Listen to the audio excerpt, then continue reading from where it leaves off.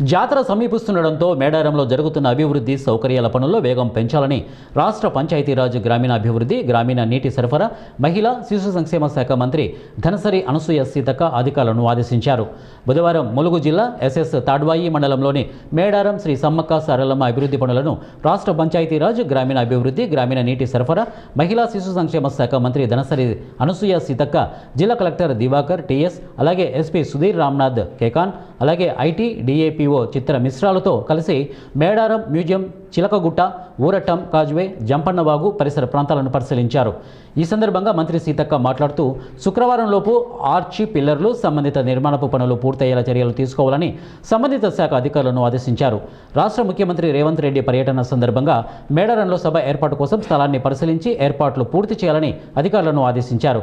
ముందస్తు మొక్కులు చెల్లించుకోవడానికి వస్తున్న భక్తులకు ఎలాంటి ఆటంకం కలగకుండా దర్శనాలు కల్పించాలని, ప్రతి పనిని గడువులోగా పూర్తి చేయాలని అధికారులు ఆదేశించారు. మేడారం జాతరను విజయవంతంగా నిర్వహించేందుకు అవసరమైన అన్ని ఏర్పాట్లు సమయానికి పూర్తి కావాలని ప్రతి శాఖ బాధ్యతగా పనిచేయాలని మంత్రి స్పష్టం చేశారు. భక్తుల భద్రత, సౌకర్యాలే ప్రధాన లక్ష్యంగా అధికారులు ముందుకు సాగాలని మంత్రి అన్నారు. ఈ కార్యక్రమంలో వ్యవసాయ market committee chairman Rega Kalyani, RDO Venkatesh, సంబంధిత అధికారులు తదితరులు పాల్గొన్నారు.